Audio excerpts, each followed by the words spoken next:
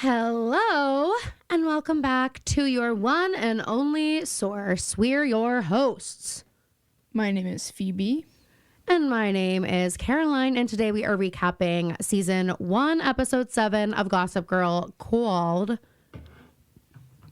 Victrola.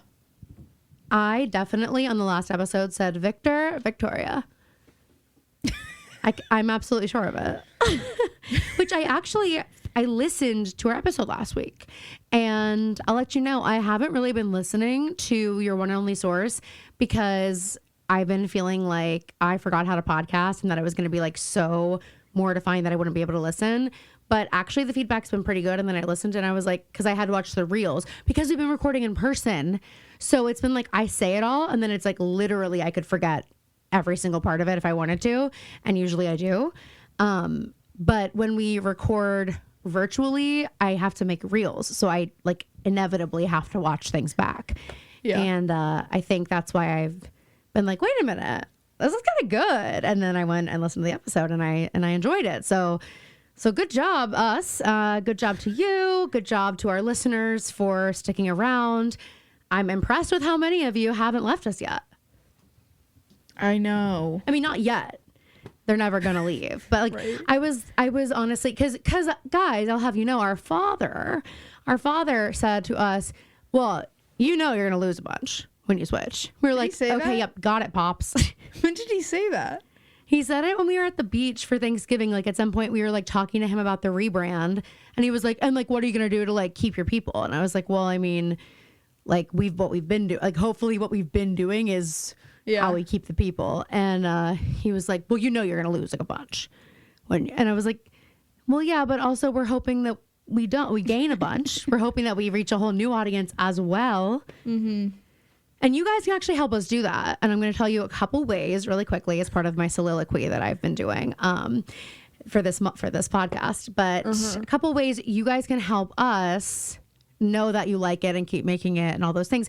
You can share our reels. And I don't mean you have to like put it on your story or repost it because I know that can be cringe. Phoebe won't even do it half the time. But you could DM it to someone that you're friends with that you're like, oh, they'll like this. Okay, so that's a good idea, number 1. Number 2 is you can engage with our posts on social media.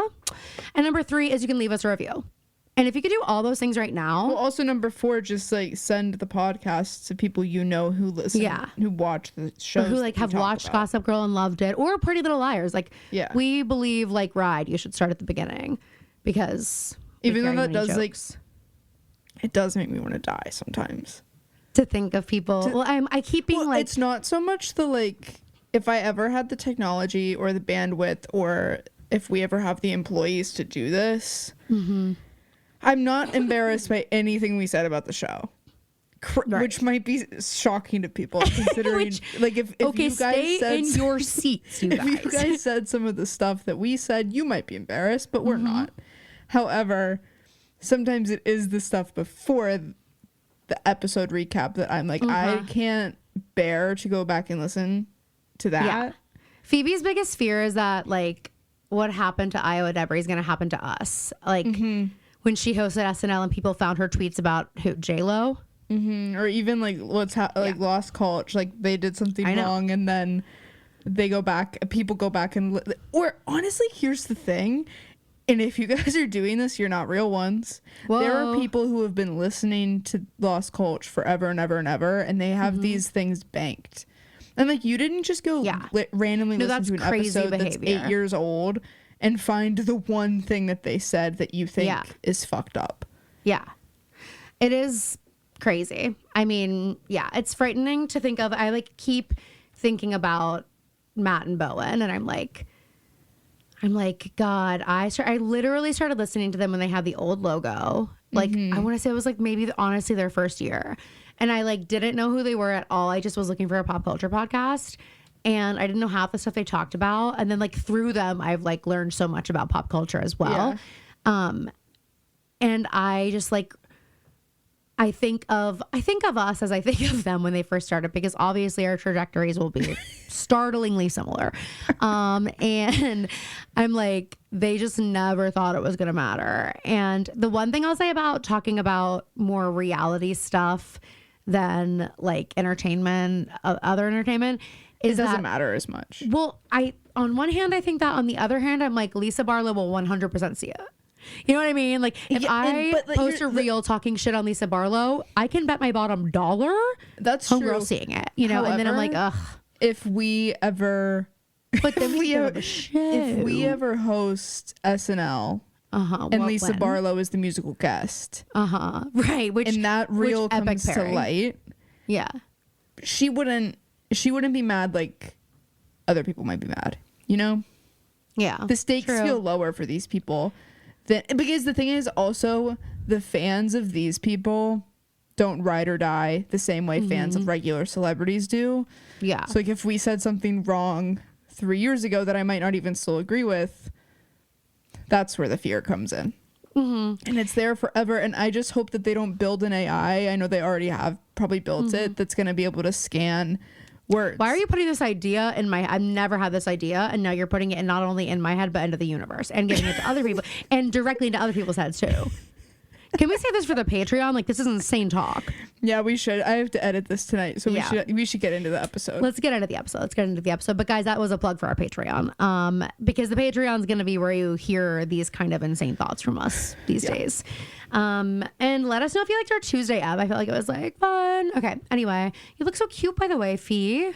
Thanks. Oh my God, did I tell you? Like, my PJs. Really, this is the last. Okay. And this is the last thing I'm going to say. I am going to go into depth about my NOLA experience probably on the Tuesday episode / Patreon if you want to hear. And it was truly epic. If you saw the video, then you know. But can everyone go tag Mary Beth Barone in my Alice video, please? If you don't know what I'm talking about, you must go see it. Guys, if we get... and Caroline, because here's the thing, I'm going to her show. And Caroline, I'll be happy for you. But if we get a notice from her and I don't have anything to do with it, I'll carry that to my grave. The door has been open for you on that TikTok for so long. I know, but you must choose to walk through it. Like, I don't know what to tell you. Do things that end you up in the room where it happens. That's my whole motto. Do things that end you up in the room where it happens. Anyway, but what I just really quickly wanted to say is that I'm reading. Okay, bragging. Okay, immediately bragging. I have been reading so much lately, but I'm reading Book Lovers by Emily Henry, and it's like two sisters on a trip, and the younger sister calls her older sister Sissy, and it's literally like, I cannot with this. It's making me so emo, and I just wanted to say that. Well, you don't care? One day that'll be us. What, going on a trip? Sure. See you at Thanksgiving. Like, see you there. We'll be there. Anyway, I hope you're going to come home to see MBB with me. But here's the thing: if we can get her to notice the TikTok, that sucks for you. I'm going to tell her. I know. If she notices the TikTok, then I'm going to be like, hey, girl, see you in a month. I'll wear the outfit if you want, if you will. I'll wear the outfit if you want and if you will. And then I'm also like, they talk about Gossip Girl all the time. So putting it in the Universe Dream Club. Anyway, everyone go tag Mary Beth Barone, and I will know if you listen to the podcast because you'll do it. And that's actually a test. And I love tests. This is like when you would get emails in school that would be like, there would be like a normal paragraph and then another paragraph. And then it said, later in this email, I am going to ask a question. You have to reply with your answer. And then like in the very body of the email, it would be like, what's your favorite ice cream flavor? Yeah. And it would be a I test would never to pass that. Really? Well, I just am not reading all that. I think that when I was a freshman, Mr. DeLuca did that. So I think it like instilled that in my brain. So I don't skim emails anymore. If I had adults who were always setting traps for me in school, I'm sure I would also think that way. Just kidding. Okay, so we are recapping episode Victrola. I forgot what a massive episode this was. And honestly, they were like, heard you were in NOLA this weekend, Caroline. We're opening with a burlesque show. It low-key, like, I was a little bit like, this episode is like kind of filler vibes. And then it got serious fast. And then it gets fucking crazy. Yeah. Yeah. Filler, and all the action is jam-packed in like the last 7 minutes. But there is action. So burlesque is all the rage again. We're opening with this like retro style film, and we have sounds like Hannah's mall walkout music. Yes, it does. Wait, by the way, Benson. Well, on the New York Times. Is that what you call her? Benson and I, no, that's what I call Benson Boone, of course. That's his name. I was doing a crossword, and one of the clues was Ashley from Pretty Little Liars. Ashley from Pretty Little Liars. And was it Benson or Marin? It was Benson. I said Caroline is full of Pretty Little Liars. What I meant to say is Caroline is full of bragging tonight, and that is instant karma for being mean. Full of both, yes, and that is, and we love to see karma happen IRL, and we really do. And by the way, you guys, I'm just speaking in riddles right now. If you're not on our side, you're on the wrong side. About you know what. Okay, so anyway, I just thought it was funny that like they're at a burlesque show. I was just at a burlesque show, and that's like copying. Who's copying who? Just kidding. I will say the burlesque show I went to was a bonker. I couldn't believe my eyes, Phoebe. I was like freaking out watching through my fingers. Watching through my fingers is so funny. It was insane. Like the first half. Wait, so you didn't get up on stage and do what Blair did? They invited us at the end. I didn't do what Blair did, no. But they were like, this audience was really fun. Like at the end, like one of the girls went and like whispered once everyone was like already getting up and going. They're like, by the way, this audience was really fun, which like, of course it was. And they're like, we're going to set up a private room back here. By the way, they're all butt ass naked. It was, yes, Phoebe. Oh my God. First act was like, they were like, it's like a classic New Orleans burlesque show. And the second act was dirty, which it was like, we had a blast, you know, it was crazy. But I was just like, oh my God, I'm such a prude, I guess. Because it was crazy. But actually, we all felt like it was crazy. Gibson was watching jaw dropped the entire time. It was epic. She probably had like more of like a bachelor party vibe than David will have. Oh, most definitely. It was really awesome. Anyway, so we're at a burlesque show now again. And we see Chuck on a couch watching as somebody who is it, I don't know, is freaking stripping on stage. Me forgetting it was off. Blair. Man, this looks a hell of a lot like Blair. Way. You forgot it was Blair? I haven't watched this show in a long time, and I never rewatched it. Haven't, which actually is really exciting because now some of this stuff will feel very new to you. Well, so Blair is meeting with Chuck. We go to daytime now, and Blair is meeting with Chuck, and we're at this club. It's called Victrola, and Chuck wants his dad to invest in it, and this to be like a franchise business of burlesque clubs and whatever. It's very Chuck Bass, of course. And we're starting very 16 years old. Yeah, we're starting to see. I feel like this episode, obviously at the end, but even just now, we're seeing Blair look at Chuck in a little bit of a different way.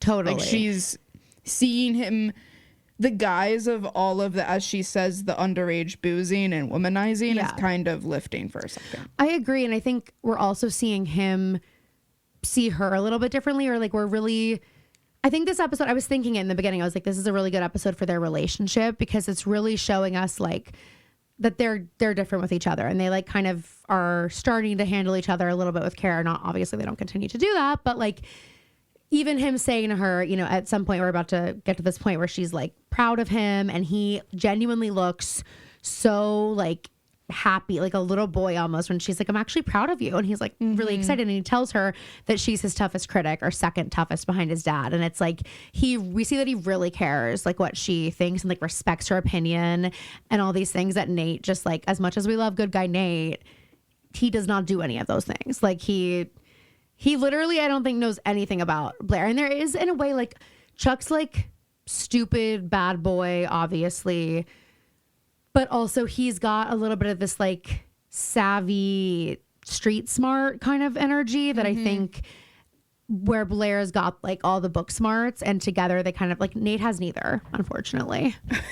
You know what I mean? Like it's like you're so cute. He just has the heart of gold. I mean, the heart of gold. He's and kind it of like like never scarecrow. Tarnishes. He's honestly, he gives big Fiero vibes too. Like, I mean, massive. Which is like, he's just gotten by dancing through life. Like, it's been fine. And then eventually he's going to start dating Vanessa and realize like that he should be a vegetarian or something. And that's going to be his whole play. Exactly. So, so Chuck is planning Chuck is planning for a victory party tomorrow. And he says that he'll send a car for Blair. And then we go to the Archibald Manor. Dude, this is Dare I say it again? Or Archibald 3, abode. 2, 1. Bonkers. Jesus, stop trying to make that happen. Oh my God, this weekend, Addie and Kai kept going 3, 2, 1, release them, and then flashing their boobs. I mean, Caroline, do it. I was like, no, I'll be arrested. No. Well, we were in the house. We weren't anywhere. We were on the street. So what did Addie say? What? When she was in the pool. My God. Oh my God. Oh my God. Oh my God. Wait, okay, also, wasn't my text back so funny? Yeah, I read it out loud to her. So obviously, like, okay, me and my... Sorry. Is this something you can say on the podcast? Yeah. Quick segue, everyone. Me and my friends, the blonde bombshells who met in college, we actually didn't become friends until second semester senior year, which is insane. Like, it's crazy. I'm happy that this is how the story is starting, because now I know that it was like a personal thing. Oh, yeah. Which I think will make it funnier. So, yeah. So we started being friends then.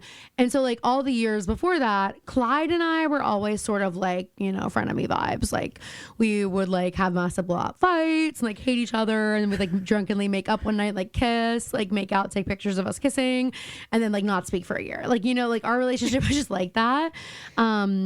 It was just not ripe yet, but then it was time. And so we all became friends, whatever, but all our pictures from 2016 are not with each other. And so we're doing our dumps from 2016, and Phoebe texts me and she's like, not like, oh, I'm confused. Like, all the bombshells are posted in 2016 dumps, and like, you're not in it. That's not what I texted her, because I wanted to be very careful about what I said to Caroline. Because you knew I'd screenshot and send it like I did. Well, so I know it was so I didn't create a problem in your head that didn't already exist. And that is really Phoebe said, handle her with care. I saw that you had like commented. Handle her with care. You had commented and liked everything. So I was, but I knew like, you guys became friends late. She's not on the ledge. Okay. I knew you guys had become friends late in college, but like I'm so young that I just don't really, my idea of time. Now you're bragging. That was kind of tongue in cheek the way that I said that. Right. But I couldn't remember when that was in your college experience. Mm-hmm. So I texted Caroline kind of in a conspicuous way. Inconspicuous way. Again, the thing is that I get it right when I don't think about it, but when I'm on the podcast, I want to get it right so badly that I think so hard about it. I always say the wrong one. You care so much. Anyway, in an inconspicuous way, I was like, when did you and like Addie become friends? Yeah. And I knew exactly what you meant. Well, I thought you were talking about mine though. Like, I thought you were like talking about mine up, and you were like, I was in like my sister bag. Yeah, she was, which is cool because it doesn't happen often. So I think I texted Caroline. I was like, with every dump I saw from one of them that you weren't in, the madder I was getting. She thought they were just like literally dissing me on the feed collectively. They have a separate group chat. They're like, how funny it would be. Like, how don't funny post any pictures if we didn't include Caroline. And like they actually cropped me out of all their pictures. I was in them. It's like Blake Lively and Ryan Reynolds, the way that he posed for her birthday. Literally, yes, which is funny. Yeah. So anyway, that's just like a precursor to the story, because I screenshotted what Phoebe said to me and sent it to the bombshells, and I was like, this is so funny. Like, I had to explain to her that we didn't know each other, but like, can you believe we didn't know each other? It's so wild, because like they're like my best friends. And they were like, honestly, like Phoebe was right to be mad. Like, Phoebe, we were gonna do better. We're so sorry. Like, I know we don't have pictures together, but still, like, it should have at least been in the comment. Yeah, exactly. Well, I was like, oh, I've got this spare picture of Clyde. I'm gonna throw it in there, and it turns out that was from a different year. Hey guys, that was from 2017. It should have been a pinned comment on the post that said, and all caps, disclaimer, colon, we had not met Caroline Connell, tag her, until 2017. Tag the podcast. Yeah. Like, I do think it's really lucky that Gibson's Bachelorette was right after these posts dropped, so that people didn't have to think something was wrong. You know what I mean? Like, they just saw us together. But anyway, so we were all like laughing about that, and then we get to the house and we're laughing, and Addie was like, I'm honestly so scared of Phoebe. Like, I'd be so scared of Phoebe. And they're just like, don't roast me on the pod. Like, oh my God, like saying all this stuff. And so then Addie and I had the distinct pleasure of sleeping in bunk beds this weekend. And we don't roll your eyes when you say, that's one of Caroline's favorite experiences in life. In college, when Chloe and I were on bunk beds, of course. Well, we had bunk beds in college and we did it willingly. Our beds weren't in bunk beds. We requested that. And I was on the top, which is insane. But I've been so skinny. It was like, Chloe was like, you should do it. Anyway. Chloe was like, please. I need to be on the bottom. I'm nervous. Yeah. So these bunk beds were like big. They're like queen size, like full size bunk beds. And we had a bathroom that connected with Clyde. And so one night we like get back after the burlesque show and we all go lay in Clyde's bed, me, Addie, and Clyde. And we're just like talking, gabbing. And then we're like, okay, we gotta go to bed. It's like 4 a.m. So we go to bed. Addie's in the top bunk and we just cannot stop LOLing. Like we are laughing so hard. And we're like, go to sleep. Oh my God. And then I'm like, don't you dare stick your head over the side of the, don't you dare stick your head over the side of the bunk bed. And then of course she does it. And then I have to kick her with my feet. Like, and then like, there were just like kind of jokes where I'd like touch the bunk bed.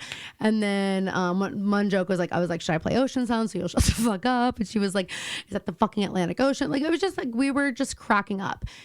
And then we're like, okay, bedtime. And we're in bed and we're trying to be quiet. And I like adjust a little bit. And she goes, oh my God, it literally feels like an earthquake. Holy fuck. Addie. I was going to say.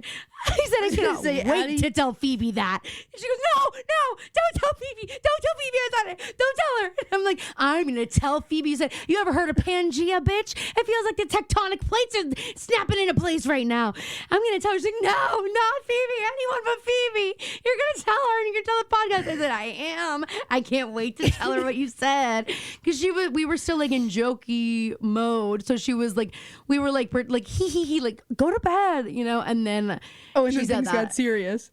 She said that as like a joke and like, but it was fun. Like we were cracking up and I was like, well, good news. I can't feel it at all when you move. When you move on the top bunk of this bed, I don't even hear it at all. It's not shaking the whole bed. When you sent me that picture of her in the pool, I thought she had said it from that position. Oh, so you thought I was in a bathing suit? Crazy. Well, no. You didn't ever tell me, but she said. I didn't tell you what it was. Yeah. Well, Caroline texted me. She said with this picture of Addie in the pool. Of Addie dead in the pool with her arms crossed over her chest. And then she said, you'll never believe what Addie just said to me. I said, this is what Addie's going to look like after I tell you what she said to me. Oh. This is what she's going to look like. As in you were going to kill her.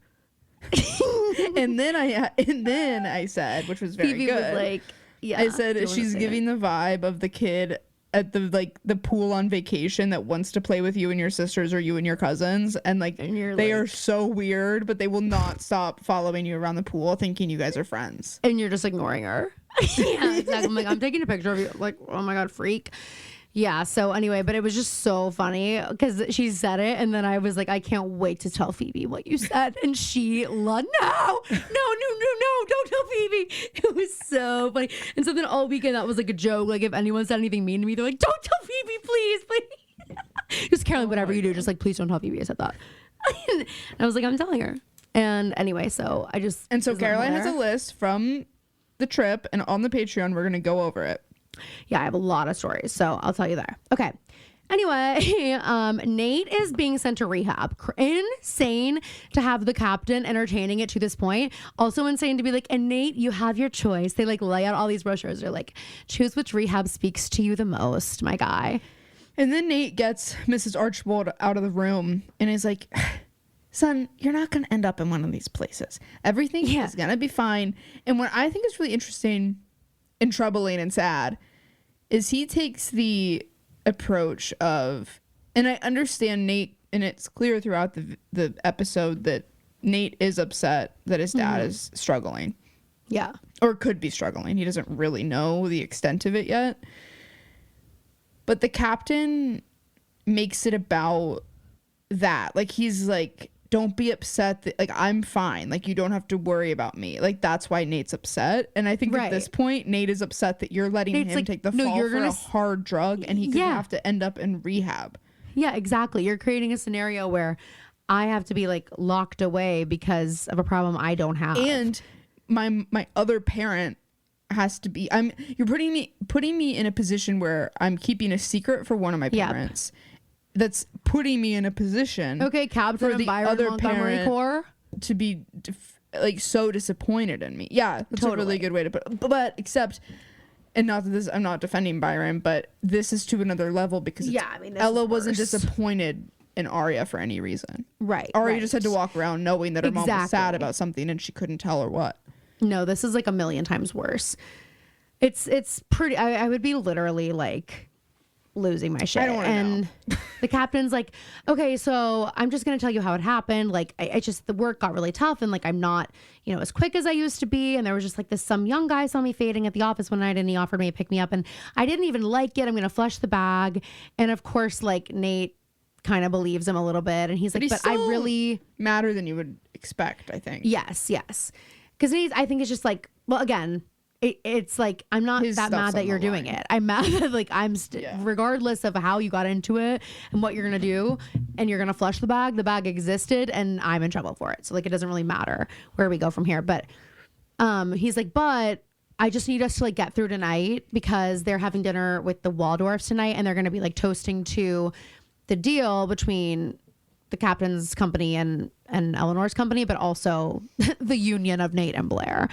So he needs Nate to just like keep it together until then. And he's like, let's have drinks at the club after school. I was really relieved when he said non-alcoholic, of course. Because I was like, what the fuck? Oh my God. Black Swan vibes. I knew you were going to say that as soon as I put it in the frame. But what I was going to say is a little piece of home follows me wherever I go. This is from me. This is from the feather of one of the pillows in Mom and Dad's living room. Aw. Oh, I do hate it though. Stuck in my sweatshirt. They hurt. Why do feathers hurt when they poke you? I feel like if we were gonna put them in what is meant to be the softest thing in the world, it needs the inside of the pillow either needs to be an impenetrable force, yes, or fabric, and two, why are we not figuring out a way to snip off that part? Why? Like, let me tell you, can it not be like the sharpest blade known to mankind? If Andrew Winchester were in charge here, he would have that taken care of. 100%. Because a down pillow is a privilege. Absolutely, and a privilege must be treated as such. Okay, so Jenny is on the phone with Vanessa freaking out because, of course, she lost the bracelet that the guy lent her for the ball.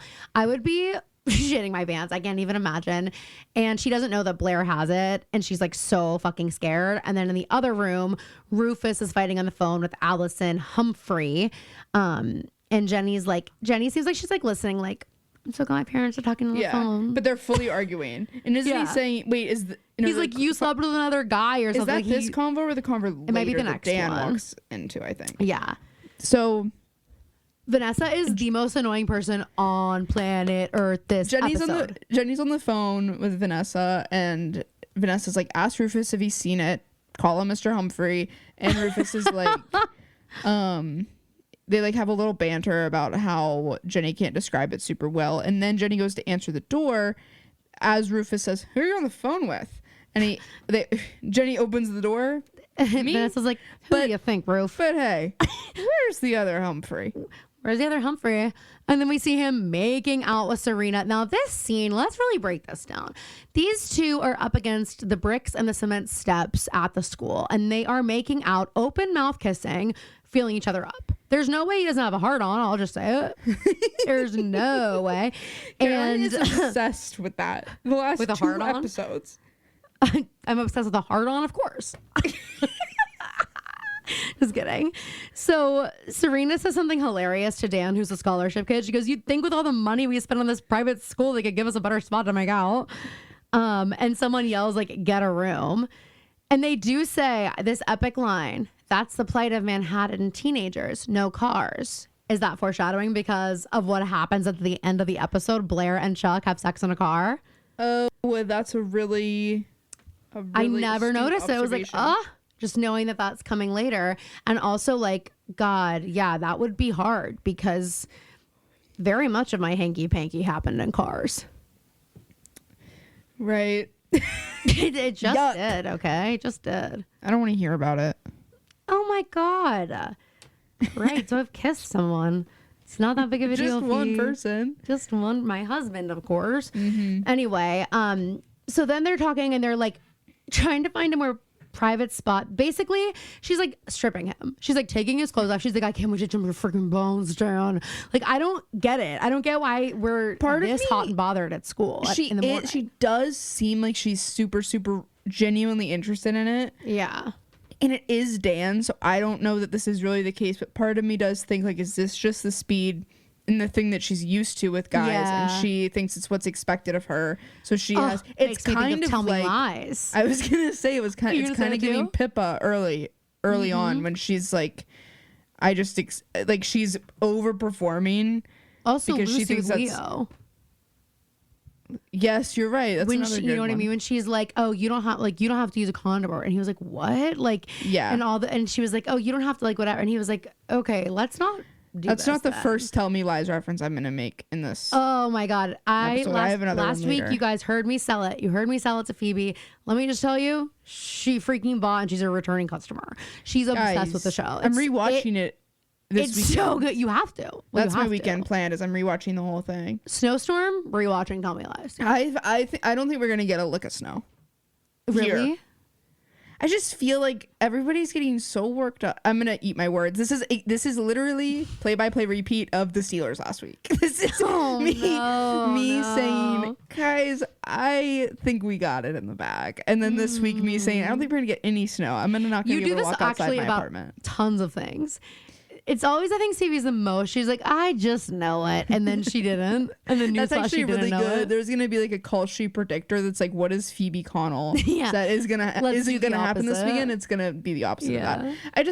I feel like things are still so up in the air. I'm just a little bit like, totally. How do we not? I mean, I know things can change. I understand that, but like, how about we really don't know. Weather. And also, it's not gonna be that cold here. Like, it's going to be cold, but it's not going to be... Well, that's part of the issue, of course. Because it's not going to be so cold where you are, and there's this huge Arctic wind coming through, and it's going to get the warmer air above and create rain, and that freezes, and that's going to be the snow. Yeah. So it's actually, how it's going to happen. We still don't know if our region is getting snow or rain. Yeah, well, I think you are getting both. All I'm saying is... She's watching Tell Me Lies this weekend. Yeah. It is totally porn, though, by the way. So just so you guys know, like, don't turn it on in a public place. Don't watch it on an airplane. It is more intense than Heated Rivalry. Oh, yeah. 100%. I would feel 100% more comfortable watching Heated Rivalry in front of mom than Tell Me Lies. Oh, we're seeing full, like...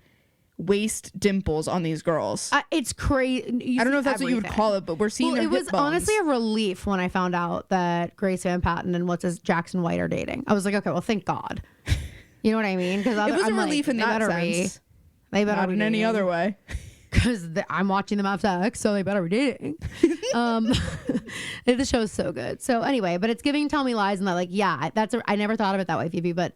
Like, she's like, oh, this is just like what guys like, and I'm just gonna like do what guys like and just be this girl, and like we kind of see that like everything else. Yeah, but I can't tell if it's because she sees Dan differently or because she sees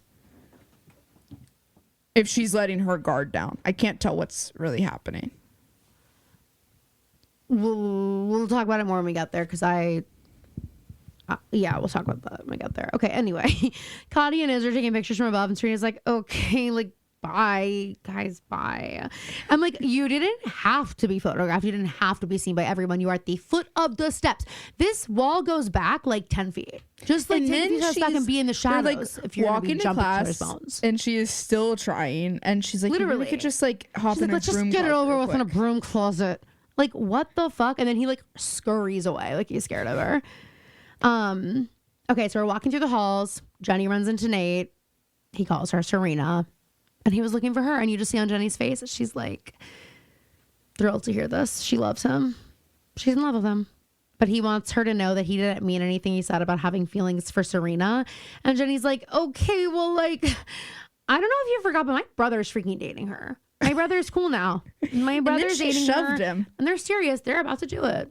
they're about to do it, Nate. They're about to do it. So I'm just saying, like, even if you don't want me to tell Blair, like, my big Jenny's bro. Jenny's like, I'm just saying, like, I don't know how I'm you already think that I look a little bit like her. We could just do a quick little swap, and then you might not even honestly notice the difference. Anyway, so he's like, let me give you these chocolates, because he thinks that the chocolates will bribe her, like, not to tell anyone. He's like, it's better for everybody if we just pretend this never happened. And he's like, do you promise me? And Blair shows up and says, promise what? And he hands her the chocolates. Jenny seems and she's like, pissed. these aren't my favorite. This isn't my favorite flavor profile, but it'll do. You know, I prefer the gold collection. Thank you. And then Jenny gets up to leave and Blair follows her quickly and is like, hey, Cinderella, look what I fucking found. Dude, Blair, honestly, any Blair hate is completely unwarranted after I watched this scene. Blair could have blown her the fuck up. Could she not have? No, that's true. Blair's like, Blair, if I'm Blair, I'm making her sweat way longer than this. Yes, because of the bracelet.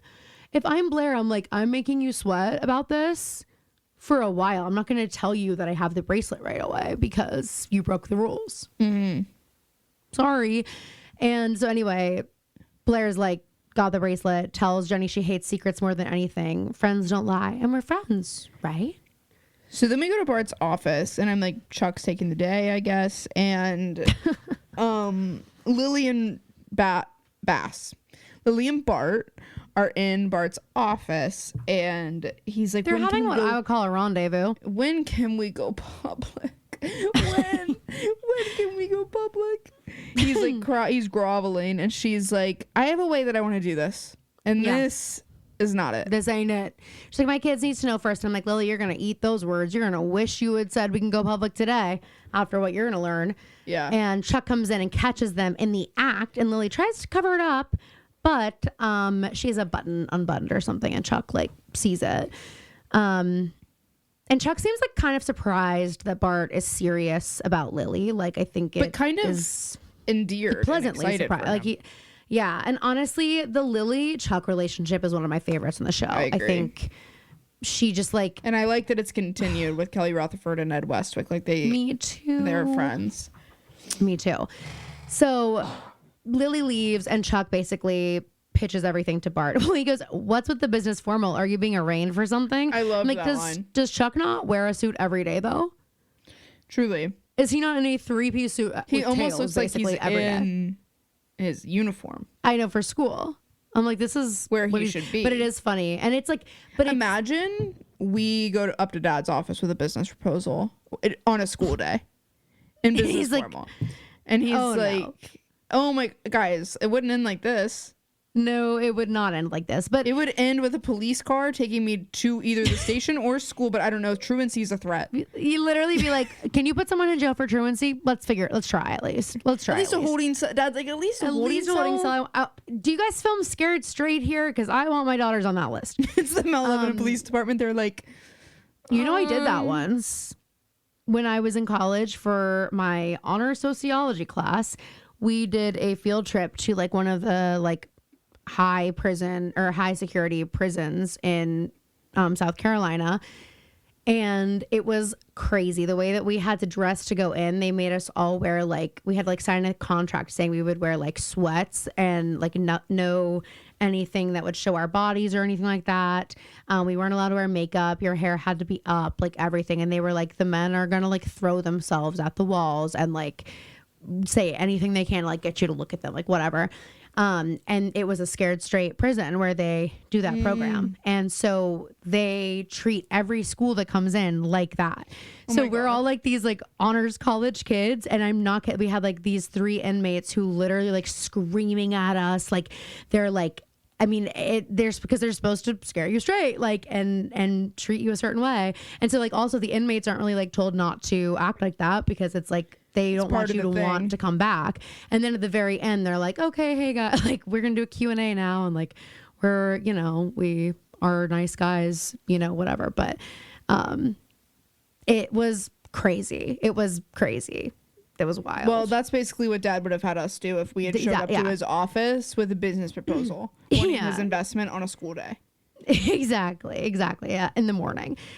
But it's a moment where we see from Chuck that like he wants just like to be seen by somebody, and he wants somebody in the world to be proud of him. And it really makes sense like why his relationship with Lily is so meaningful to him and why he values Blair so much and why this works. It's like, because her opinion means a lot to him, and she's someone who sees him and is proud of him and like doesn't just see him for the degenerate that he is.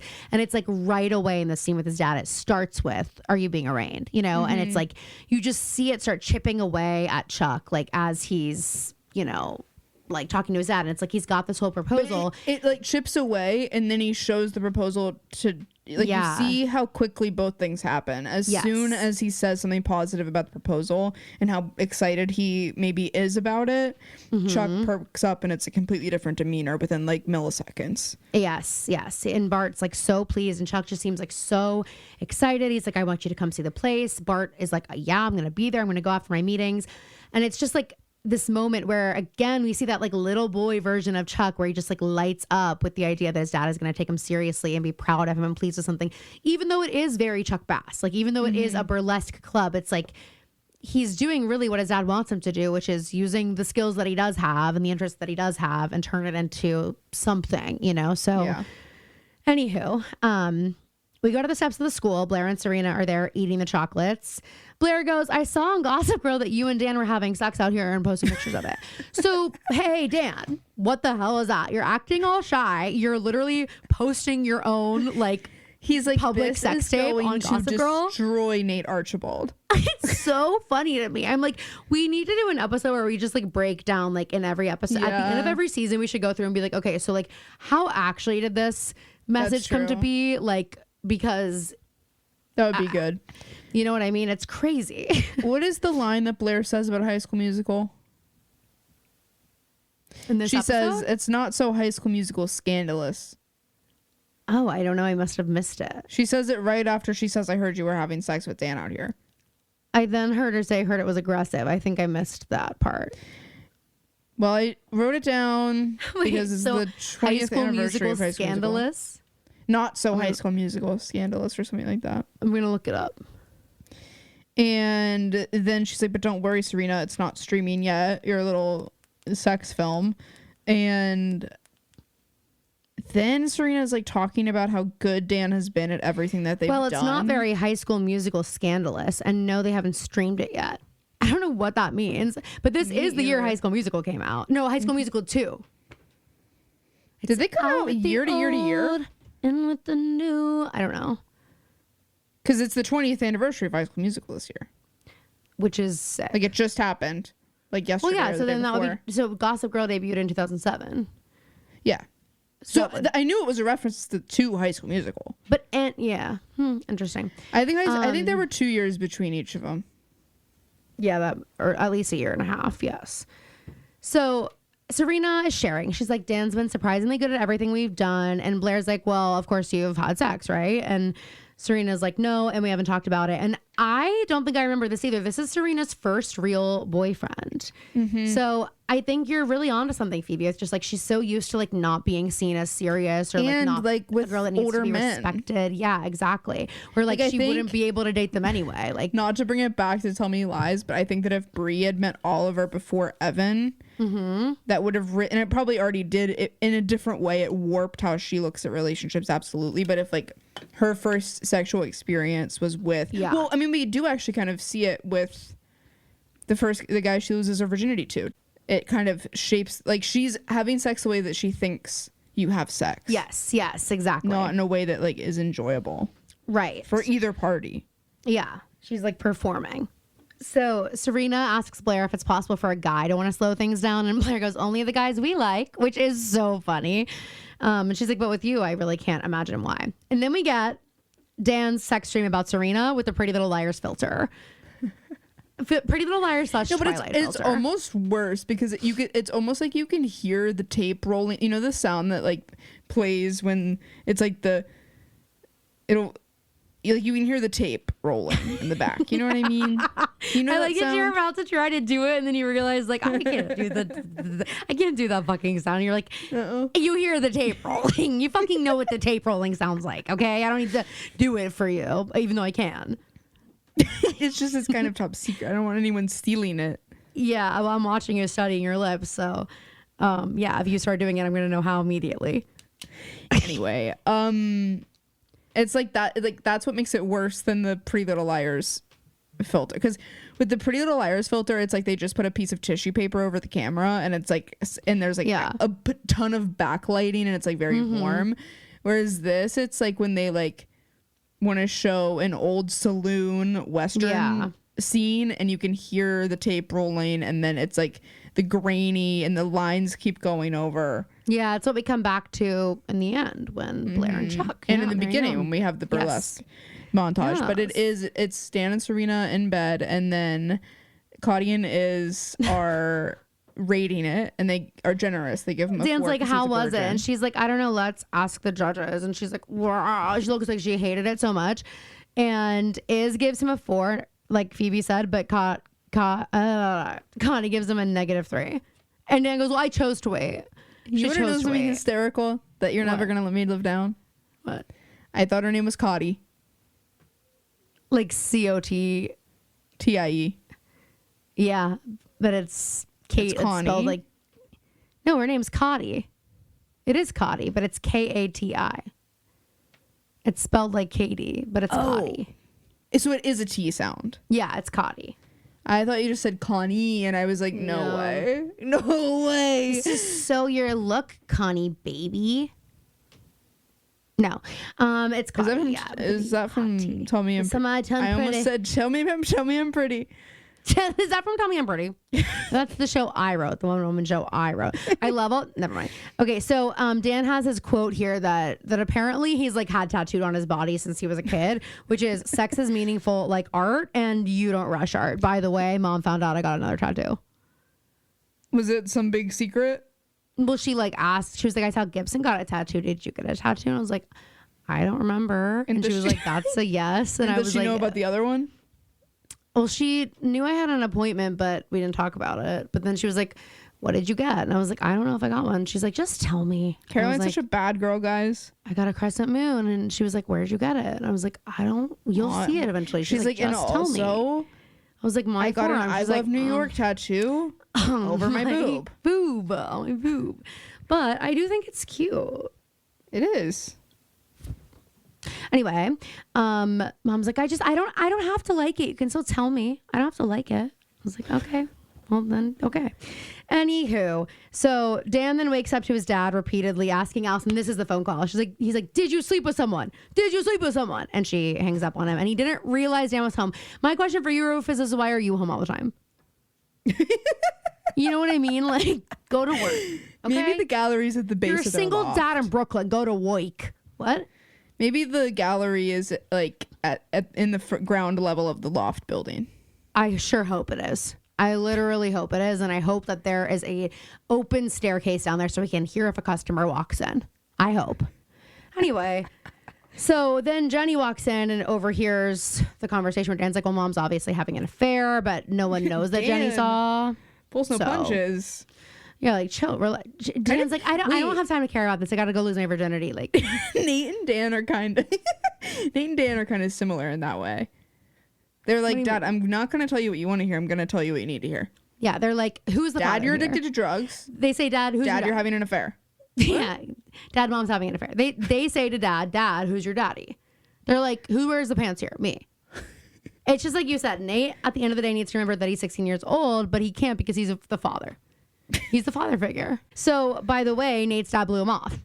Great. That's going to go over great with good guy Nate. That broke my heart a little bit. It broke my heart. This episode is sponsored by BetterHelp. Listen, you guys, we're all seeing it. The new year, new you propaganda. And let me just be the one to tell you, 2026 does not require a new you. But a less burdened you would probably be nice, and I believe everyone deserves that. And I also believe that therapy can really help you get there. And if you have listened to this podcast for even 1 minute, then you probably know that I'm a massive advocate for therapy. It has helped me a lot. For a really long time, the concept of a new year was literally petrifying to me. I didn't want to think about any goals. I didn't want to discuss them. I didn't want to make a vision board or write anything down, because then if I didn't achieve them, to me, it felt like I was a total failure. And that was really scary to me. I had a lot of fear of the unknown. I was plagued with self-doubt and felt this immense pressure. And all of these things together just honestly made me want to shut down. And to tell you the truth, I still feel all of those feelings, but I now know that I can get through these. These are not insurmountable feelings anymore. And therapy has been the biggest game changer when it comes to just how I move through life, feeling these tough emotions. With therapy, I'm really able to understand why these fears are so paralyzing and where they're coming from, and then how to work with them instead of running from them. And just knowing that I've got a weekly standing appointment with somebody who is going to offer me this unbiased perspective, help me to see things more clearly, help me to understand my emotions and what's going on, and also just to kind of help me pick up the pieces when things inevitably fall apart. Because I don't know what 2026 is going to bring, but girl, what I do know is there are going to be some rough patches. There are going to be bad days, but I also know that I am strong enough to get through them. Nothing is insurmountable, and I have got an amazing support system to back me up. I want the same thing for you. So in 2026, I want you to reframe therapy as self-care. It is a gift that you can give to yourself, and you deserve it, and BetterHelp can help make it really, really easy. They've got quality therapists. They work according to a strict code of conduct. They're fully licensed in the US, and one of my favorite things about BetterHelp is they have a therapist match commitment. So they're going to do the initial matching work for you so you can just focus on your therapy goals. They will send you a short questionnaire that helps to identify your needs and preferences. And then they're going to use their 12 plus years of experience and industry leading match fulfillment rate, meaning they typically get it right the first time. And they're going to find you someone who is hopefully a total match. And if it isn't, you can switch to a different therapist at literally any time. They are one of the world's largest online therapy platforms. BetterHelp has served over 5 million people globally, and it really works. They have an average rating of 4.9 out of 5 for a live session, and that's based on over 1.7 million client reviews. Guys, that's a lot. BetterHelp makes it easy to get matched online with a qualified therapist. Sign up and get 10% off at betterhelp.com. That's betterhelp.com. The fact that Nate would even show up for his dad at this point, like, I would be like, hey, I'm blowing you off, and I'm not answering your calls, and screw you, Dad. Screw you, Papa. I'm not calling you Captain anymore. Fuck you. Fuck you, Artie. What's this fucking... Fuck you, Howie. I like Howie, the concept that his name is Artie Archibald. Like Archie Andrews. Wait, Kelly and I were like... Because, you know, Phoebe did our Glee, Sun, Moon, Rising, and Kelly and I were talking, and she was like, what's Phoebe's? And I was like, I don't know. And we were talking about it, and I was like, unfortunately, like, Artie isn't there. And Kelly goes, I was going to say this. What? How? Phoebe, if you have to ask. And which one? I'm just kidding. I don't remember right now. We were talking IRL. We were just like laughing. That just pissed me off. Oh, wait a minute. Hang on, I'm feeling something weird. Oh yeah, that just pissed me off. Oh. Phoebe's like little shifty eyes going back and forth. That just pissed me off. Sorry, I didn't know that would piss you off. What's so offensive? Explain it to me. Make it make sense. I didn't say you're puck. Could have. Oh my God. I mean, I'm just saying that I could have said it. It wouldn't have been true. I just could have said whatever I wanted. Because anyone can at any time. Don't forget that. Anyone can say anything they want at any time, and you can trust me for it. I know. Sheesh. Okay, anyway. So Nate's dad has a client in crisis, and Nate's like, yeah, freaking right. I'm on to you, old man. And how did he know where he was? Well, I think allegedly he's at work. Oh. So Nate finds him, and then he sees his dad like kind of leave to go somewhere else, and conveniently this staircase, this balcony landing that Nate is on, can see every angle. It's like a secure, it's like a, you know, what do they call that thing? And like, you know, it's an illustration of a prison that's like a tower, and then there's the thing in the middle that's looking around. I mean, what a picture you painted. I don't know. I'm gonna find it, but anyway, it's almost like he's on that thing, and he looks down and he sees his dad doing the freaking almost like, hey, Cap, maybe can we you do should it more discreetly? Yeah, it's like when they say that people are like trying to get caught and they're crying out for help, and you're like, no, I'm not. Like, I remember like when I got caught for smoking pot, Mom was like, well, you wanted to get caught. You were crying out for help. I was like, girl, no, I didn't. Let me tell you, no, I didn't want to get caught. And I also didn't get caught, I confessed. A panopticon is what it's called. An insane word. There's an illustration of it somewhere. Anyway, while you're finding that, I'll keep going. So Chuck is now at his club feeding cherries to dancers so they can tie the stem with their tongue. And he's like going to kiss her. I don't think I've ever seen that before. Put it on our story. Anyway, I'm going to put it on right now. Bart walks in. Bart's pissed off because he's like, you want me, like, you're about to like touch tongues with this woman here who just tied a cherry stem with her tongue, and you want me to pour thousands of dollars into this so you can just like get drunk and have sex. And Chuck's like, no, like, read the proposal. Bart won't even do it. And he goes outside and we see him meet a woman, and like, regardless of what he says later, I'm sorry, Bart is touching this woman inappropriately. Oh yeah, for sure. He's touching her butt. This isn't, I don't believe you guys didn't make out on the way to lunch. Like, this might be a business partner, but that doesn't mean she's not also a sexual partner. Bart Bass, you know? And Chuck is furious. So we go to the Waldorf mansion, and Eleanor is picking out outfits for Blair to wear to dinner tonight. And she mentions the Vanderbilt ring and that like they're going to give it to Blair. And Blair is now under the impression, unfortunately, that Nate has expressed interest in proposing to Blair, to his mother. They're, again, 16 years old. And this is like one of the meanest things you could do to Blair Waldorf at this point, because it's just so hard to watch. So sad. And so we go to the Humphrey loft, and Serena and Dan have the place to them freaking selves. And Dan kind of wants to slow it down, but Serena... The fact that it's morning, by the way. I know. I didn't like that. What? Dan is like... Serena wants to get him alone so badly that Dan texts her at 6 a.m. and it's like, I have the house to myself. I mean, earlier, she had to get down to Brooklyn. I'm like... and they're gonna... it's great. She's like, 20 minutes is plenty. And I'm like, this is a moment where I'm like, Serena... Like, 20 minutes might be plenty once you're in a relationship with somebody and you're just like having fun sex. But like, for your first time together, why are you trying to, like, and it's like, again, what you said, Phoebe, you're so smart.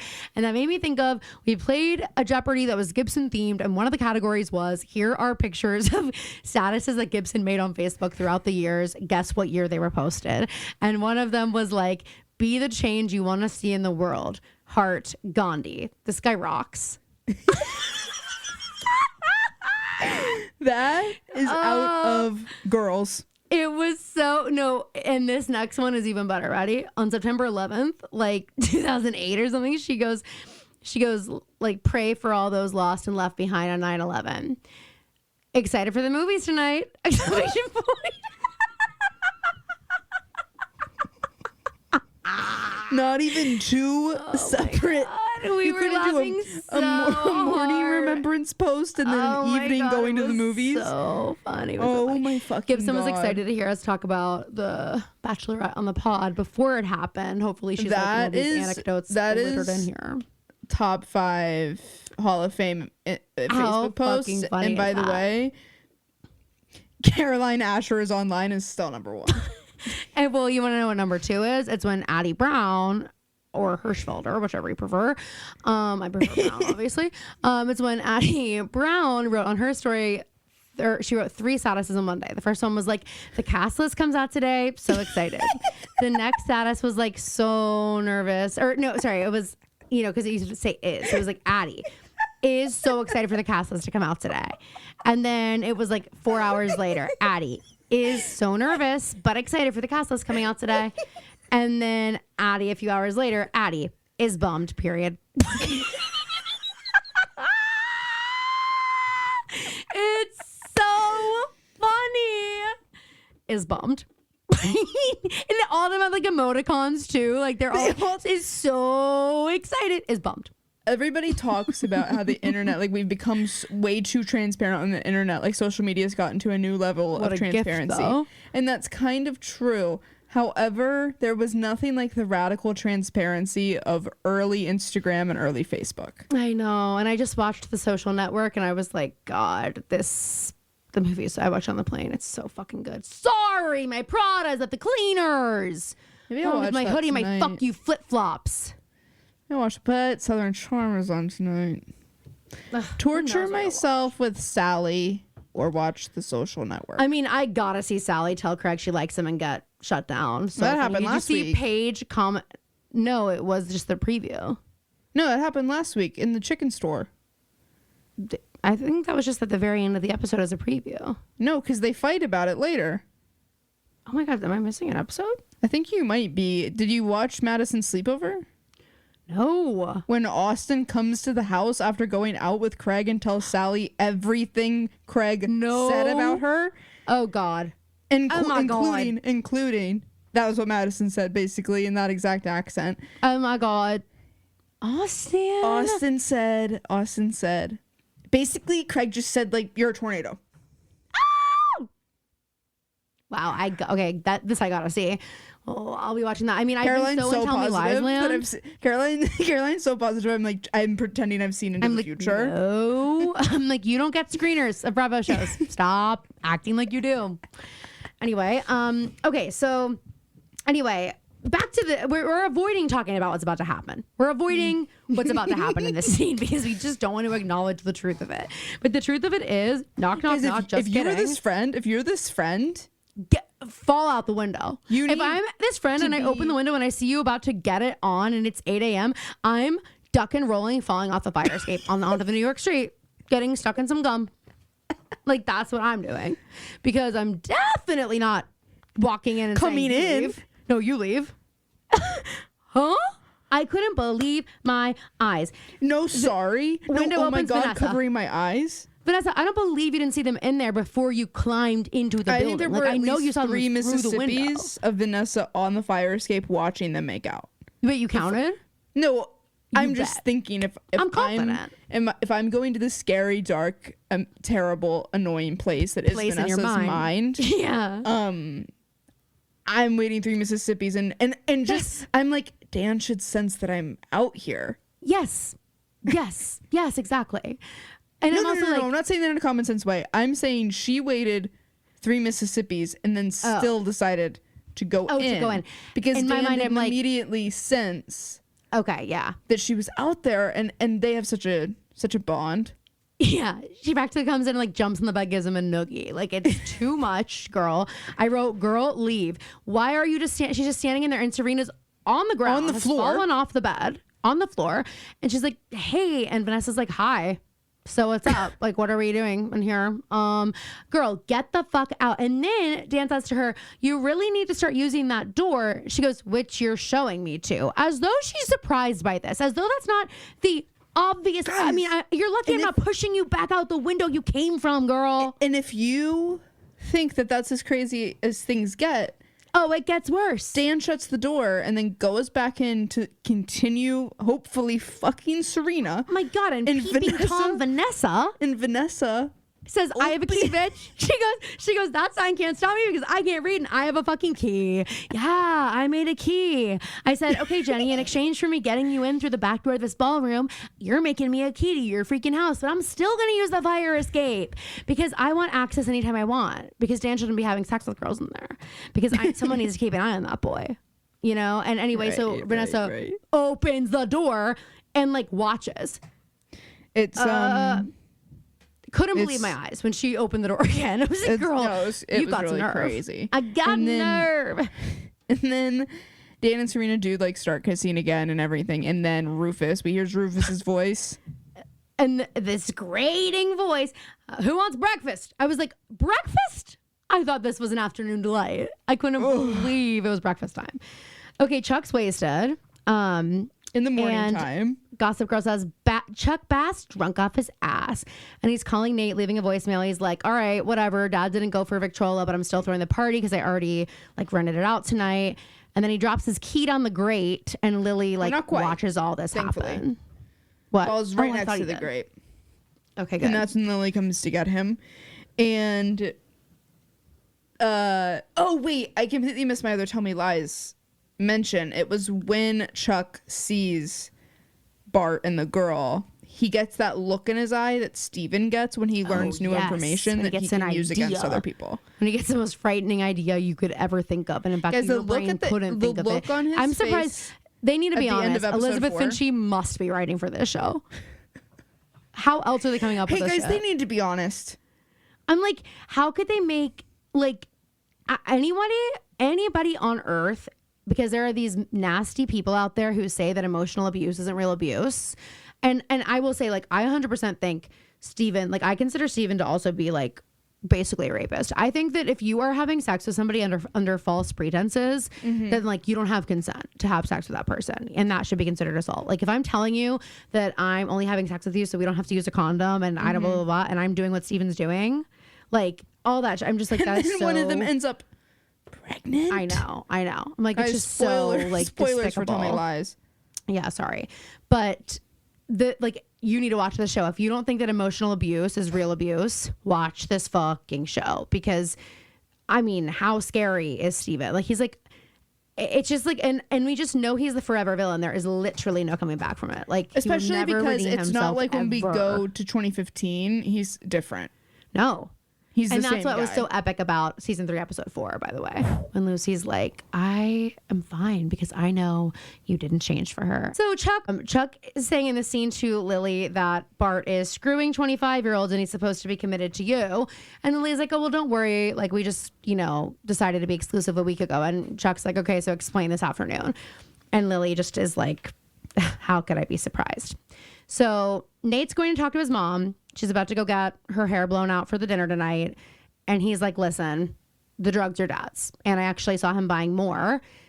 And Ann Archibald just doesn't believe him, doesn't want to believe him. Yeah, I think it's more that. And I think it's a pretty... Obviously, it's only been 7 episodes, but I think it's a change for her, for the audience. Like, I don't think that's what people were expecting from her. No.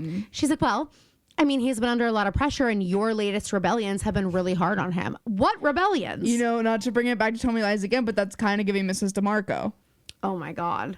Jesus. Where it's like, it's not quite as bad, but it like, everything is to come back to the faults of someone else that isn't the person that she wants to praise at that moment. So anyway, they decided not to talk about this right now. All right, another insane scene. Another scene that's literally giving me cotton mouth trying to talk about it. Dan is watching porn on a DVD. At first I was like, I was like, how is she going to figure out that you're watching porn? Just shut your computer. Oh, it's because the DVD is out on here's what I thought was going to happen. I have 2 things to say. One, it's actually so much more embarrassing and mortifying than it being porn on a DVD. I think it is genuinely like in Dan's eyes, I think it's like a French film where like they are having real sex, but there's like a plot to it, That's a little bit more avant-garde and artsy. Anyway, the other thing I was going to say is I thought that Dan was going to close his computer. Vanessa was going to come in, and guys, she makes herself real comfortable in the bed that Serena and Dan were making out on. Doing practice, literally. You can practice on me, Dan. But if you fall in love with me, I can't be responsible for that. I can't be responsible for what happens if you inevitably fall in love with me. I thought Vanessa was going to pick up his notepad and be like, what the fuck are you taking notes on? Instead of, but she picks up the notebook. Yeah, she's like, oh, you're watching porn. He's like, it's art cinema. Or the DVD. And this is when we get the quote again, because Vanessa's like, well, you always used to say that sex is meaningful, like art, and like what's changed. And he was like, well, there wasn't a girl who wanted to have sex with me, which I think stings Vanessa a little bit. And she's like, you're going to lose your virginity. And then she immediately starts slut shaming Serena. She goes, oh, well, I'm sure Serena knows what to do with her vast experiences with boarding school professors, Pampelonian bullfighters, best friends, boyfriends. I'm like, okay, tell me how you really feel, Vanessa. And it's just like this isn't Vanessa. Immediate slut shaming. Yeah, and I know that you're that little friend. You literally have a feminism tattoo. You're like that meme that's like you're that one friend who's too woke. Yeah, exactly. That's Vanessa. And then this actually reminds me of what makes that meme, people who say that they, believe women, and then they're like, but when the opportunity actually presents itself, I'm not going to. This is so vague. I know. It just makes me nervous because it's legal stuff.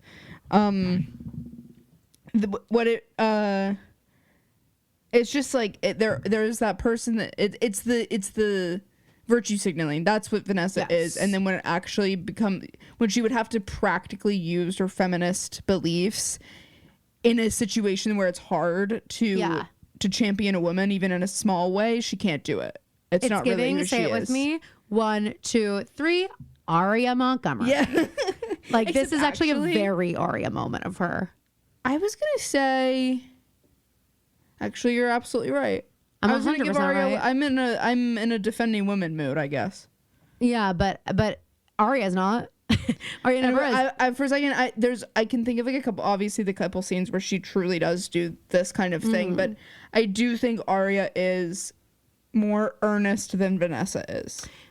I do too. I mean, I think Arya is more likable to me than Vanessa because Arya is not as like Arya's not a guy's some of the girl. stuff Vanessa does is like genuinely like black and white, wrong, evil, mean thing to do, and like not motivated by anything other than I want to hurt you, you know? Whereas like a lot of the things that Arya does are like, I just am not thinking about you. Like I'm only thinking about me. That's It's true. a little bit more careless. Not that that's like always easier to forgive, but when it's like a super intentional, nasty thing, it's like, okay, what the fuck are you capable? Like but again, I mean, that's suburbs versus the city for you.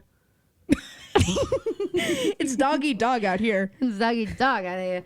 Anyway, so Vanessa's like, let me give you some tips. Number 1, hide Cedric. Number 2, maybe get some candles. And number 3, it is so important how she leads this off. She says, but if it were me.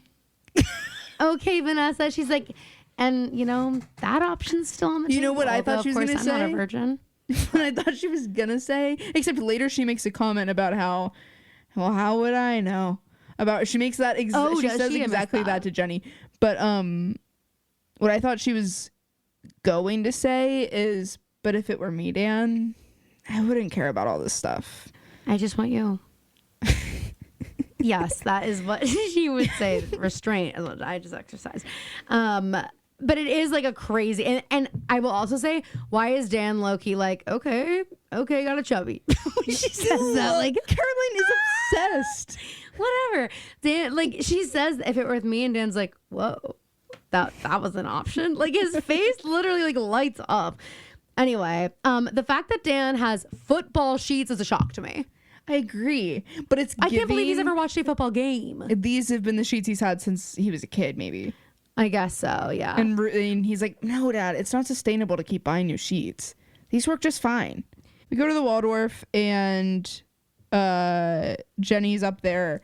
And Blair is telling Jenny that she paid for the bracelet, but don't make a fucking mistake again, bitch. She goes, game recognizes game, little J. I was like, okay, never heard that line like that. It hit me like a ton of freaking bricks. I like never heard it before. I loved it. That like Blair may have heard that in like a movie she watched, which makes me then like the concept of Blair going home after school and like being alone and like picking out a movie to watch. Which we know famously she does. We're going to get a lot of scenes of Blair putting on a movie because she loves to watch movies. But game recognizes game, little J, but you have to show more respect is amazing. Guys, that's going to end up in the recap picks for sure. 100% so good. So she's like, I'm not helping you again, so don't fuck up. And she's like, and if I can really trust you, I've got to tell you a secret. And I just really realized that like Blair, she just wants to be someone's number one. You know, she wants, just like Chuck, she wants somebody to see her and somebody to like be excited by what she has to say and not be looking for the next best option. And right now, that's what she has with Jenny. Jenny looks at her like, you know, an opportunity, a mentor, whatever, which is exactly what Blair wants. And as long as Serena's around, she can't have it. And it's like, she's never had in any aspect of her life, her boyfriend, her mother, her friends, like they would all rather be with Serena. And so it's like, no wonder she likes Jenny and this, and like she's like giving her so many chances. No wonder she has like her minions, but also no wonder she likes Chuck because they both like fulfill that for each other. Like there isn't another person that's got Chuck's attention more than Blair. Yeah. Like, you know, exactly. And so then, oh my goodness, Jenny starts to act weird. And Blair is like giddy, by the way. Blair is walking on it. And I'm just a little bit like, Jenny, we couldn't. Jenny didn't have to say everything she said. Okay? She didn't have to say everything because Blair's like swooning. She's like, oh my God, let me tell you. Okay, fine. They're going to give me the Vanderbilt diamond. Like, it's crazy. I can't believe it. I always knew I'd spend my whole life with him. Turns out he feels the same way. And Jenny's like, Blair, I have to tell you something. And well, first she makes all those noises and expects Blair to be like, okay, that's it. Here you go. And Blair's like, what? And she's like, it's just like family stuff. And Blair's like, no. Are you jealous? Do you like him? And she's like, I love that you like him. I love that you would be jealous of something that I have. Like, and I'm so secure. He's going to give me the family ring. And Jenny says, I don't want to hurt you. And Blair goes, how could you hurt me? So good. And then guess what she does? Exactly that. And it's like, Blair, this should have been your warning for what's to come. Why'd she do that? How could little Jay hurt you? Oh, in many ways. In more ways than one. Jenny says, Nate's not over Serena. Blair says, why would he tell you? She's like, well, I was wearing the mask and he thought I was her. I was cosplaying as her, Blair. That's why. I was cosplaying as her. Exactly. I'm a Nick girl, so I was wearing yellow, of course. Here's the thing. You didn't have to say he kissed me. You could have just been like, he said this. You just made it so much fucking worse. Like, and now you're in trouble also. You wanted her to know, slut? Just kidding. I'm not. I'm slut shaming little Jay. Wow. Won't be the last time. Won't be the last time. And then we see Blair and her eyes are welling up with tears and she's like, that's enough. You're dismissed for good. And it's a great acting moment, of course. So then this next scene is so good. It's nighttime? Things are heating up. What? I said this next scene is so good. Oh, I know, but I feel like, is it the dinner? Blair's dressed for dinner. Okay, yeah. Well, it's just, no, just really Blair is just so good. She's dressed for dinner. By the way, why is she wearing yellow eyeshadow? Hate it. Hate the look. Gotta say. Hate the look. I didn't mind the outfit so much, but I feel like the lip didn't match. Hair, lip, eyeshadow? Yikes. Weird. Yeah, big yikes. She is listening to the Archibalds get there, like schmoozing, and she just looks like dead in the face. I wrote, I'm scared of Blair right now. What she's gonna do? As she's like descending the steps, I'm like, she's gonna be a fucking tornado. Like whatever's about to happen is just not gonna be good. And Blair is literally just standing there making these like goofy fucking eyes. Everything Nate says, she's like rolling her eyes around. Nate's like, is there anything on your mind? She's like, that? No. What? You know who you look like when you just said that? Are you gonna hurt my feelings really bad? I hope not when I say this. Me too. Kelly. Aw, Cal. That is like whenever Kelly like jokes around and has to roll her eyes when she's like telling us. Yes, exactly. True. I know. I can see it in my head. It's so much cuter when she does it. He asks if there's anything on her mind. She says, no. Is there anything you want to tell me? And he's like, no. And his mind goes back to the Shepherd wedding, which now includes Dan, who is watching and taking notes. And now it's also taking place in, you guessed it, Rufus's kitchen. It's a little much for me, if you ask. And Dan is like, okay, the hair, the leg, blah, blah, blah. I think this is when the show was still kind of figuring out what it was. I think I would be right there with you. We got a lot of these. I mean, yeah. Dan, it's just kind of weird. Dan, thank God, is broken from his daydream by Rufus. Thank God. Well, my least favorite part of this whole daydream is when it's not a date. He's fully asleep, by the way, reading about sensuous massages, and Rufus does see it. Yes. Oh, for a second I thought that he was still asleep. Anyway, when Nate pulls the hair of Serena and Dan goes, oh my God, like, does that really work? And then Nate pulls away and it's like, yeah, every time. It's so mortifying, this whole scene. I can't stand it. No, it is. And then like how aggressively Serena and Nate like go. It's giving the Hermione and Ron kiss and the Hermione and Harry kiss and the Horcrux. You know what I'm talking about? Oh my God. So gross, Rufus is like, all right, well, I'm about to go away for 24 hours to a 24-hour art installation with your sister and Vanessa. Do you want to come? And Dan's like, hell no, you're finally going to be out of the house and I gotta freaking get it on. I gotta get it on, Dad. And Rufus is like, should we have the talk? And Dan's like, heck no, old man. And he's like, well, what about this talk? Get rid of Cedric. Get rid of the football sheets. The football sheets. He's like, you don't want her to ask about your football career and then you have to tell her that you could never play it. You could never even hold it in your hand. Your hands are too small and dainty. Anyway, so Johnny and Vanessa are cleaning in the gallery. Vanessa literally on cloud 9 because Jenny told Blair something that was going to break up her and Nate because she's hoping that Nate and Serena will now get back together. This is where she says the thing about the relationships. Jenny says something and Vanessa's like, I don't remember exactly what she says before, but she's like, well, Jenny's like, I don't know how I would ever get over it if I loved someone and they betrayed me. And then Vanessa says something to explain that. And then she goes, not that I would know. I've never been in a relationship. And imagine being Jenny knowing that Vanessa just told your older brother last week that you're in love with him and like it didn't go well, and now Vanessa's lamenting to Jenny about how she's never like just Jenny who's sneaking like, it into my parents conversations. are getting divorced. Like Jenny's like genuinely like And Vanessa's having like, well, a stressed out moment, and Vanessa's like tried. created an issue in her own life, and Jenny's like, I need my big sister, and Vanessa's like, no, I'm gonna be selfish and talk about myself instead. Like it's just like, you know what I'm talking about? Yeah, exactly. So we're at the Waldorf. Holy God. shit. He's coked. Is your skin not just like crawling? It's so the embarrassing. Bugs? The captain is throwing glasses of wine, champagne, anything he can get his hands on. He's like grabbing other people's drinks. He's like, Eleanor, we got another bottle. Oh my God, I would like to fall through the floor. And then he's like, Blair, you have to try on the ring. You have to. Try it on. Everyone's like, no. He's like, yes, you must. It's so Blair crazy. does. And then she like gives it back. And then Nate's like, hey, Dad, like, let's go smoke those cigars, and saves the day by kind of getting him out of there. We go to Then Chuck's club for a minute. None of his friends are there. Like, also because like people are there and he did rent out the place. So these like, Yes. but nobody he cares about is there. No. He's completely alone, just like getting fucked up on the couch, watching the burlesque show. And believe it or not, his dad shows up. And I wrote Bart and his girlfriend show up thinking that it was going to be his girlfriend. But we find out the girl that we had seen him with earlier, her name is Pauletta. And she was apparently interviewing him and took him to lunch so that he could advise her on a career change. And that she like looked over Chuck's proposal and was really into it and like changed Bart's mind. And I'm just like, again, Chuck's immediately feeling so guilty because of what he told Lily. But I'm like, dude, you don't have to. Like I still would have wanted to know if I was Lily. Like that's still not. Yeah. I don't believe nothing else happened. You know what I mean? Exactly. And so then we go back to the Waldorf and Nate's outside. Now they're like down in front of the building.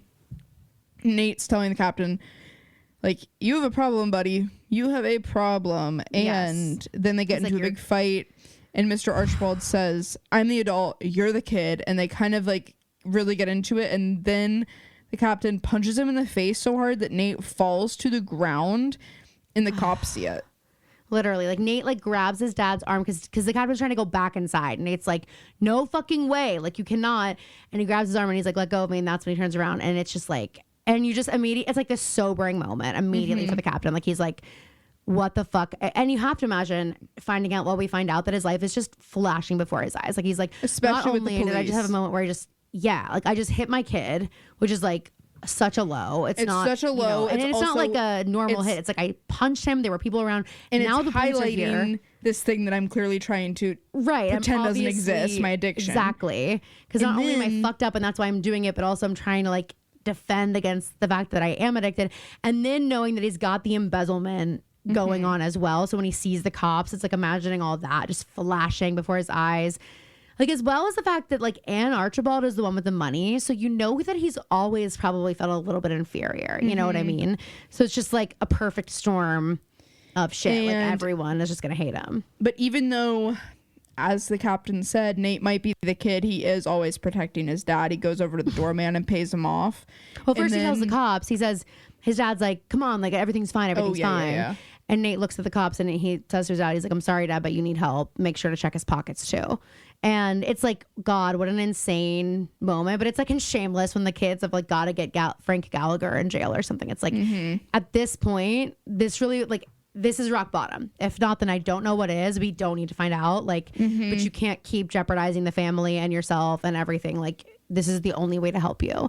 And so, it's sort of like, honestly, on the Salt Lake reunion when Mary was like, for once I can sleep. I'm not worried about my son. He's in jail, but I know that like, I know where he is. I know he's not using, hopefully, you know, she's like,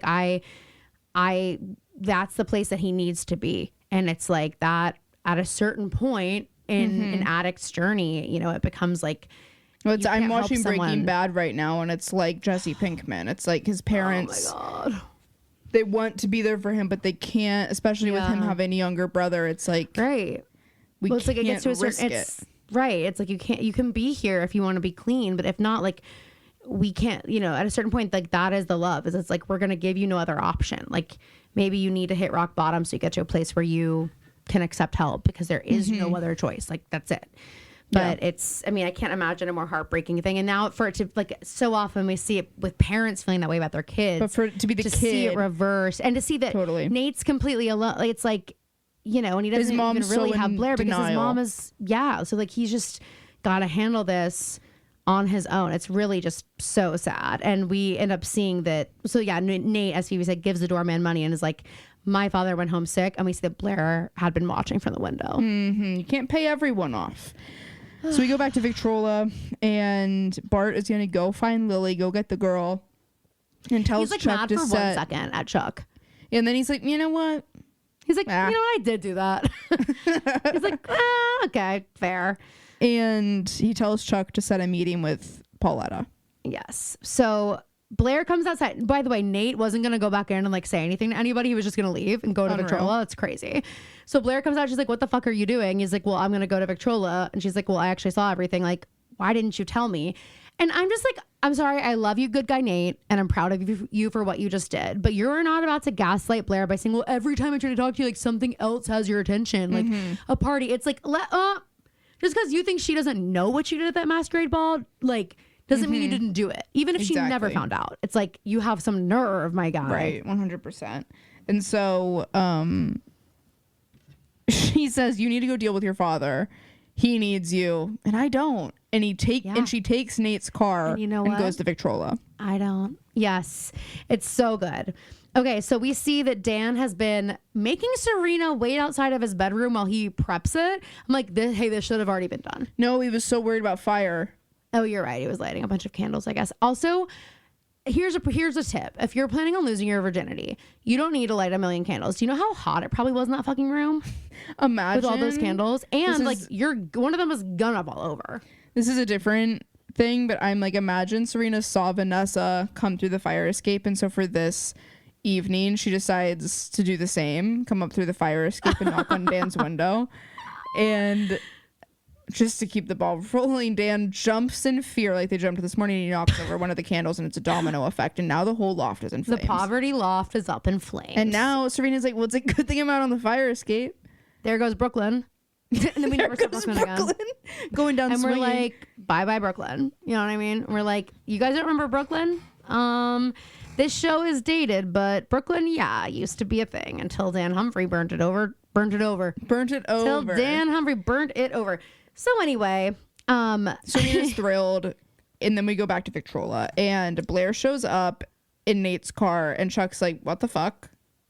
Where's my boy? Guy? Where's Nate? Where's my dude? He's supposed to be here with the coke he stole from his dad. Where's Nate? And Blair's like, we broke up. I don't want to talk about it. I want to escape. And we get that first scene we got in the beginning of the show. And then we get that. Hannah Marin walks out in Coco Chanel sunglasses. How much I just would have loved it if she's like, they're all options. And then, you know what I mean? I just would have loved to see that. Like, nice glasses, Han. Anyway. They would have been friends. Hannah and Blair. Yeah. Unfortunately, I mean, honestly, they have more in common than they would care to admit. But I think Hannah's a little too because nice. Mona and Hannah. I mean, Mona is just Blair's evil twin. Blair. That's you know what I mean? Mona's Blair who grew up in the suburbs without the money and without the like. But not without no money. Let's be clear. Well, exactly. Living in Rosewood. I mean, came from somewhere. Well, also, how does she fund the whole? Anyway, okay, of course. So this is so funny. Blair and Chuck are sitting there watching the burlesque show, and Chuck's asking again about Nate, and she cuts him off, and she goes, I got moves. And Caroline, what does that give you the energy of? What does that give you the energy of? I don't know. What? I can actually do the wave. What, I can actually do the wave. It's exactly the same energy. Now that I got Phoebe, you are killing it. That's low key me. That is low key. So funny. Phoebe. I'm like, it's so not something I expect Blair Waldorf to say, but I guess that's the point. Who is she? I don't know. And one of the heartbreaking lines is Chuck is like, "How do you feel?" And she's like, "Relief. I feel relief." Yes. And he goes, well, get up there. You know, you're 10 times hotter than any of those girls. Which, again, I'm like, he's saying the things to Blair that no one's ever said to her, and that also he means. Like, that's the difference between him talking to everybody else. Like, he means it when he says it to her. And she ends up kind of taking it as a dare. She's like, you don't think I'll go? And she goes, watch my drink. I'm like, not the guy I'm asking to watch my drink, but okay. And she gets up there and starts dancing. And it is actually major shocking for me. It's giving to watch Blair do this. Dark Betty. Oh, From Riverdale. It's 100%. It's giving Dark Betty, yes. And we have one of the patrons comes up to Chuck and goes, who's that girl? And Chuck goes, I have no idea. And they go, you go, baby vamp. And then Blair got a tramp stamp of baby vamp. Anyway, Chuck's on cloud 9, and Blair is like loving, like feeling seen and admired like that. I just feel like she doesn't get to feel like this very often, and it's just, I don't know. I mean, we're seeing Good Girls Gone Bad, Leighton Meester vibes. It's giving Good Girls Go Bad. Blair Waldorf.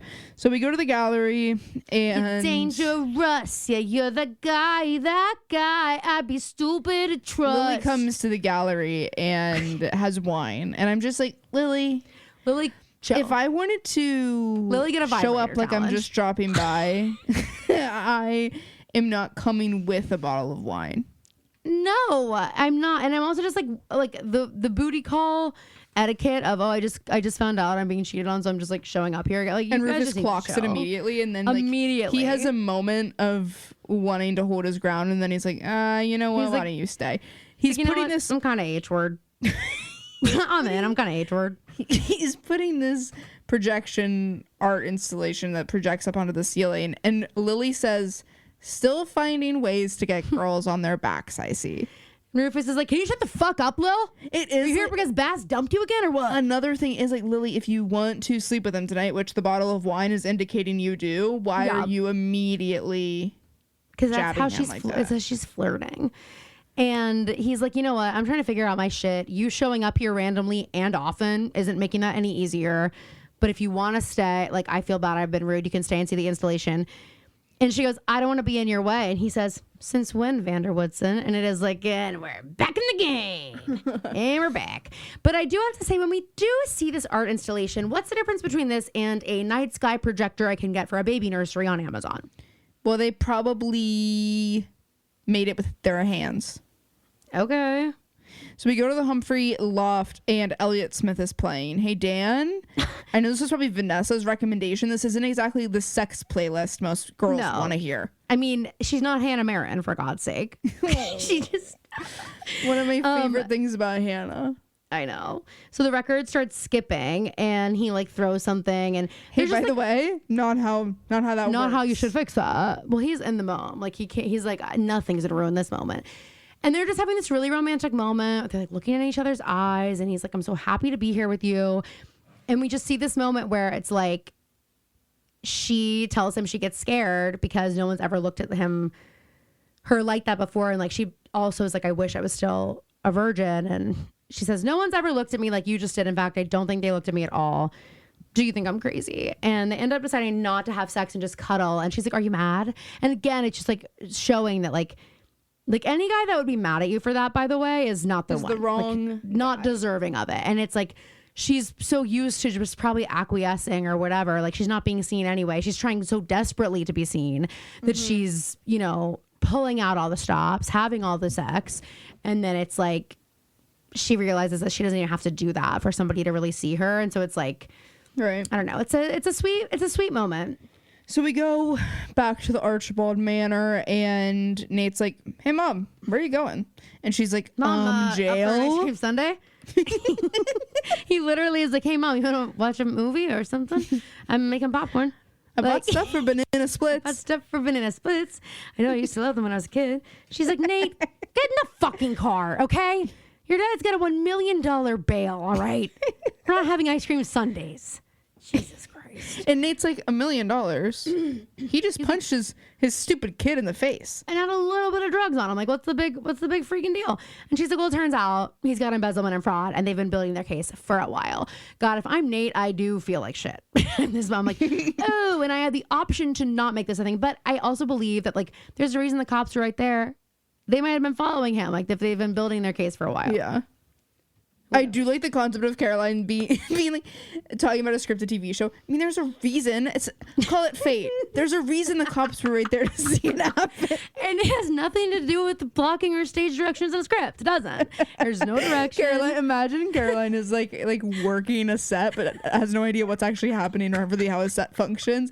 And she watches it happen and sees the cop lights come on, and she's like, "Oh my god!" I'm like, "What are the odds of that? What are the odds? What are the odds? Do you guys, guys it's know fake. him? Guys, it's not Hey, real. wait, we're filming. Hey, we're filming. My I guy, promise. we're filming. It's all fake. That's fake blood. See, you like your fingers ketchup. I'm hungry right now. Anyway, You're what? hungry Me too. I haven't eaten dinner yet. because it's hungry. What would you do? Okay, so we go to the gallery. We have a little montage at the end of the episode. Rufus and Lily are just Guess laughing. what? He got her on her back. And then, oh great, little Jay. Jenny, I know thought she what was going to this be knocking means. on the Archibald door, and I was like, I swear to God, if Nate opens that I door, thought I will it was die. gonna be Vanessa's door, and she was like, I just need Somehow to it's be. voice. I just need to be anywhere but home. I need to be in my mother's in a mother's arms. Are you my mommy? She goes to Alice and Humphrey's house and says, "Mom, it's time to come home." I'm And she like, says it "Yeah." in true Cindy Lou Who fashion. Yes, she does. I'm like, "Hey, girl, you guys got to talk." Anyway, Which is this when she doesn't leave this soon. no, This isn't her going. Okay. no. Oh my God, no. We have. Oh no, there is truly so much.